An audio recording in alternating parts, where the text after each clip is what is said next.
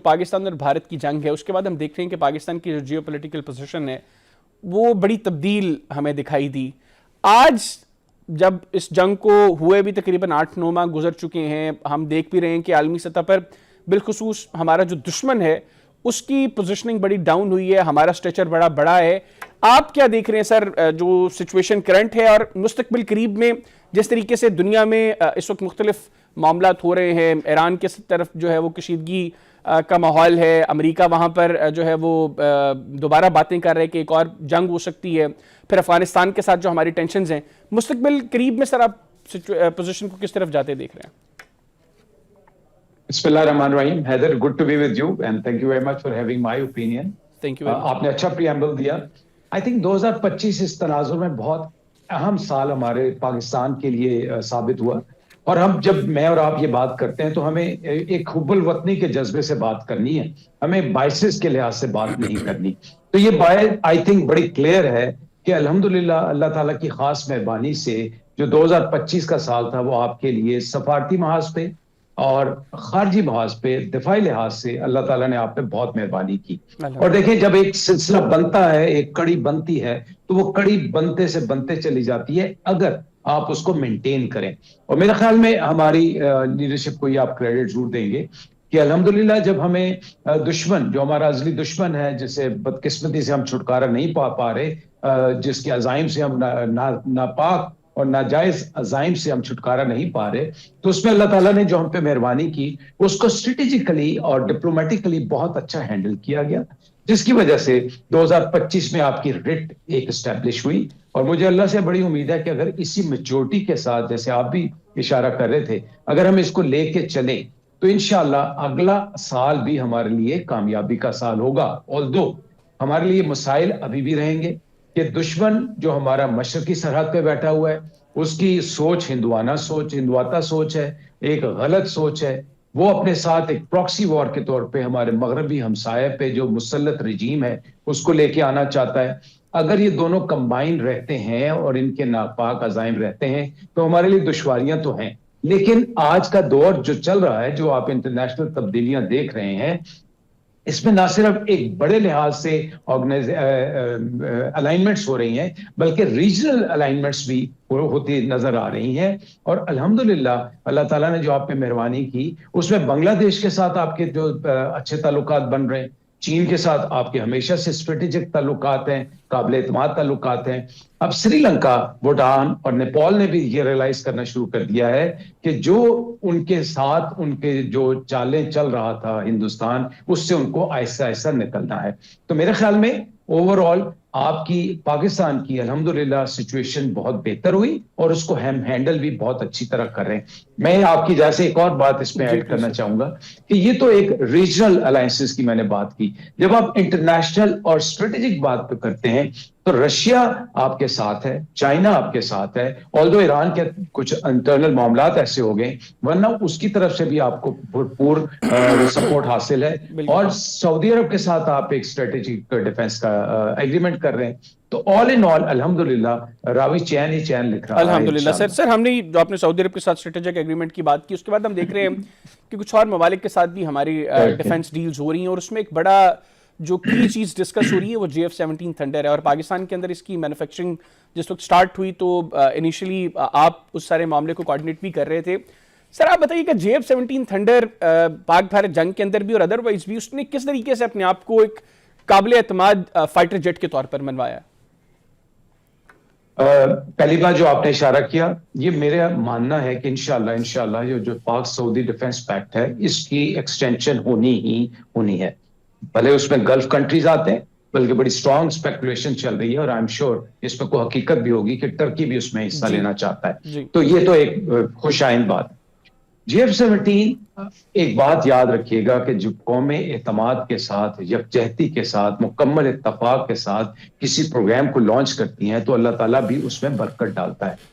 JF-17 اگر آپ یاد کریں تو جب یہ اس کو ہم نے کنسیو کیا تو کنسیو اس طرح کیا تھا کہ ہمارے اوپر سینکشنز لگ رہی تھی, ہمیں ویسٹ سے ٹیکنالوجی کا حصول مشکل ہو رہا تھا, ہمارے لیے دفاعی لحاظ سے زمین تنگ کی جا رہی تھی, ہمیں پرزے نہیں ملتے تھے, ہمیں اسپیئر پارٹس نہیں ملتے تھے, ہم کسی چیز کو لینے جاتے تھے تو وہ ہمیں دکھاتے نہیں تھے، اور جب دکھاتے تھے اس کے ساتھ اتنی شرائط ہوتی تھی. تو اس وقت کی لیڈرشپ، جو پولیٹیکل لیڈرشپ تھی اور ملٹری لیڈرشپ تھی، انہوں نے یہ فیصلہ کیا. اور الحمدللہ آپ پاکستان وہ واحد ملک ہے جس کی فضائیہ نہ صرف جہاز اڑاتی ہے، جہاز مینٹین کرتی ہے، جہاز بناتی ہے اور جہاز ایکسپورٹ کرتی ہے. یہ ایک واحد ایئر فورس ہے دنیا کی جس میں یہ صلاحیتیں ہیں. اور الحمدللہ. JF-17 میں الحمدللہ JF-17 میں کیا ہے وہ میں تھوڑا سا آپ کے ساتھ جب آپ ڈسکس کریں وہ بھی بتاؤں گا بھی، لیکن مختصراً یہ ہے کہ the most modern air craft in the most affordable price with the competitors and readily available. بالکل. اچھا سر، یہ جو میں جو JF-17 سے متعلق اسپیسیفک چیزیں تو میں آگے چل کے جب اس کے تیجس کے ساتھ میں کمپیریزن چاہتا ہوں، کیونکہ بہت سے لوگ اس کو تیجس کے ساتھ کمپیئر کرتے ہیں، تو اس میں ڈسکس کروں گا. لیکن ابھی بات کریں، چونکہ آپ نے بھی جس طرح کہا کہ پاکستان الحمدللہ پاکستان کی فضائیہ وہ واحد فضائیہ ہے جو صرف جہاز اڑاتی نہیں ہے، بناتی بھی ہے، اس کو مینٹین بھی کرتی ہے. اور اب ہم ہماری جو مختلف ڈیلز ہو رہی ہیں اس میں ہم اس کو ایکسپورٹ بھی کر رہے ہیں، کچھ ممالک کو ہم نے دے بھی دیے ہیں. سر مجھے تھوڑا سا بتائیے گا، ابھی چونکہ ہم اس میں رشین انجن کا استعمال کر رہے ہیں، رشیا اس وقت خود حالت جنگ میں ہے، آگے یوکرین سے معاملہ بڑھتا ہوا یورپ تک جاتا بھی دکھائی دے رہا ہے. اللہ نہ کرے کہ چیزیں اس طرف جائیں، لیکن اگر جاتی ہیں تو ڈیفینیٹلی ہمیں اس اینڈ پہ تھوڑا سا پرابلمس فیس کرنا پڑ سکتے ہیں، کہ آلٹرنیٹ آپشنز ہیں ہمارے پاس رشین انجن کے علاوہ. کیونکہ ہم نے یہ دیکھا ہے کہ بھارت کو بھی اس طرح کی چیزوں کا سامنا کرنا پڑا ہے جو اس کے رشیا کے ساتھ ڈیفینس ایگریمنٹس ہوئے، تو اس جنگ کی وجہ سے رشیا بھی ٹائملی بھارت کو چیزیں ڈیلیور نہیں کر پا رہا. انفیکٹ ابھی تک S-400 کی جو بیٹریز 2018 میں انہوں نے ان کو جو پورے یونٹس دینے تھے وہ بھی ابھی تک ان کو ڈیلیور نہیں کیا. حیدر بھائی، میں اپریشیٹ کرتا ہوں آپ کا نالج ٹھیک ہے، آپ چیزوں کی صحیح نشاندہی کر رہے ہیں. دیکھیں جو تیجا کی بات ہے نا، تیجا کو جو انجن کے مسائل ہیں وہ امریکہ سے، امریکہ کا انہوں نے ایک پرانا انجن اس کو ماڈرنائز کر کے تیجاس کے لیے لیا، اور اس کی سپلائی چین سب سے ورسٹ افیکٹ ہوئی، جس کا برملا اظہار ان کے ایئر چیف نے کیا. اب جو میں الحمدللہ پاکستان ایئر فورس اور پاکستان ایئروناٹیکل کمپلیکس اور اپنی لیڈرشپ کو اپریشیٹ کر رہا ہوں، وہ ایک تسلسل کے ساتھ ہے. وہ آج کی بات نہیں، جب سے یہ پروگرام کنسیو ہوا ہر چیز کا بیک اپ موجود ہے، بھلے وہ ریڈار ہو، بھلے وہ الیکٹرانکس ہو، بھلے وہ ایویونکس ہو، بھلے وہ انجن ہو. آپ نے بہت درست نشاندہی کی، میں اس کا بھی آپ کو جواب دوں گا. صرف ایک بات اس میں کر کے پھر آگے چلتے ہیں کہ اس میں بیک اپ کے ساتھ ساتھ جو الحمدللہ ہماری ویژنری لیڈرشپ تھی اور جو ہماری انجینئرز کی ٹیکنیشینز کی ایکسپرٹی تھی، وہ یہ تھی کہ انڈیجنائزیشن کی طرف آیا جائے. اور ہم بار بار مسلسل دو چیزوں پہ کام کرتے رہے، ایک تو انڈیجنائزیشن کی طرف اور دوسرا بیک اپ پہ. جو JF-17 میں انجن ہے وہ رشین انجن ہے، بالکل ٹھیک ہے، یہ وہ انجن ہے جو کہ ان کے ایک پرانے جہاز پہ تھا RD-93، لیکن اس کی ہم نے امپرووڈ ورژن RD-93 کی لی اور اس کو JF-17 پہ انسٹال کیا. آلدو اس کی سپلائی چین میں کوئی مسئلہ نہیں ہے، ہم نے جو کانٹریکٹس کیے ہوئے ہیں، جو اس کی مینٹینیبلٹی کے کانٹریکٹس ہیں اور جو اس کی امپورٹ کے کانٹریکٹس ہیں، انشاءاللہ اس میں مسائل نہیں. لیکن آپ نے جس طرح نشاندہی کی کہ اگر امریکہ، کیونکہ یہ تو سب پیسے کی کہانی ہے، امریکہ ہندوستان کو تنگ کر سکتا ہے، تو ہم نے بھی اس کا بیک اپ تیار کیا ہوا ہے، اس کے ٹرائلز ہو چکے ہیں، اور ہمارے پاس اس کی آلٹرنیٹ کی شکل میں الحمدللہ ایک اور انجن تیار ہے. اگر خدا نخواستہ کوئی ایسا موقع آتا ہے تو ود ان ڈیز ہم بیک اپ کے طور پہ اس انجن کو لگا کے اسی طرح آپریٹ کریں گے جس طرح کے آج کل کریں، یا میرے خیال میں اس سے شاید بہتر ہی اس کو آپریٹ کر سکے. تو کوئی مسئلہ نہیں ہے الحمدللہ. بالکل ٹھیک. اچھا سر، یہ بھی بتائیے گا کہ ہم دیکھ رہے ہیں کہ بھارت بہت اگریسولی ملٹری اکوپمنٹ جو ہے وہ پرچیز کر رہا ہے. ابھی حال ہی میں ان کی گورنمنٹ نے $9 ارب کے قریب سینکشن کیا انڈین ملٹری کے لیے، جس میں انہوں نے کہا کہ اپنی فورسز کو مزید بہتر کیا جائے، کچھ نیا ملٹری اکوپمنٹ فوری طور پر پرچیز کیا جائے. اس کی انٹینشن آپ کو کیا دکھائی دے رہی ہے، مطلب ان تمام چیزوں کے پیچھے بھارت کے؟ آپ کو لگتا ہے کہ جو جس شرمندگی کا اور رسوائی کا سامنا بھارت کو مئی میں کرنا پڑا اس کو ختم کرنے کی کوشش کی جائے گی، اور مستقبل قریب میں بھارت چونکہ ایک مسلسل مئی سے آنورڈز ابھی تک ہم تو آگے بڑھ گئے لیکن بھارت بھی وہاں پہ ہی کھڑا ہے، روز ان کے میڈیا پر بیٹھ کر یہی چیزیں ڈسکس ہو رہی ہیں جی کہ پاکستان کے ساتھ آپریشن سندور پازڈ ہے، کسی بھی وقت چیزیں جو ہیں وہ اس طرف بڑھ سکتی ہیں کہ دوبارہ جنگ ہو. آپ کو دکھائی دے رہا ہے کہ 2026 میں ایسی کوئی حرکت ہو سکتی ہے بھارت کی طرف سے؟ اور یہ جو سارے عوامل ہیں یہ بھی اسی کی تیاری ہے بھارت کی جانب سے؟ دیکھیے سب سے پہلے تو اس بات کو آپ تسلیم کریں کہ ہندوستان کو اس سانے میں جنگ کو ہمیشہ سانیہ کہتا ہوں، کوئی اچھی بات نہیں ہوتی، اس سانے میں جو سبکی اس کو ہوئی، جس کا ہم نے نہیں کہا، انٹرنیشنل لیول پہ ریکگنیشن ہوئی کہ پاک فضائیہ نے خصوصاً اور پاک افواج نے ان جنرل جو ہندوستان کو ایک سبق سکھایا ہے، وہ ہندوستان کی افواج کو ڈی مورلائز کر چکا ہے، ان کی لیڈرشپ کو ایک بہت بڑا جھٹکا ملا ہے، جس کی وجہ سے ان کے اب نی جرک ریئیکشن آ رہے ہیں، ایک بات۔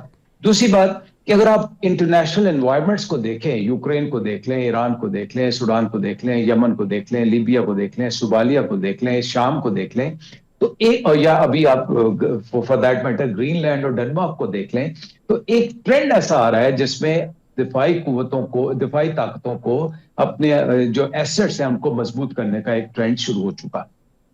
اسی کانٹیکس میں جب آپ ہندوستان کو دیکھتے ہیں جو اس کو بہت بڑی سبکی ہوئی، وہ نیجر ریئیکشن کے طور پہ، وہ ایک کمپنسیشن کے طور پہ پیسے جھونک رہے، جہاں سے ان کو اندازہ ہو رہا ہے وہ اس میں پیسے جھونکے جا رہے ہیں۔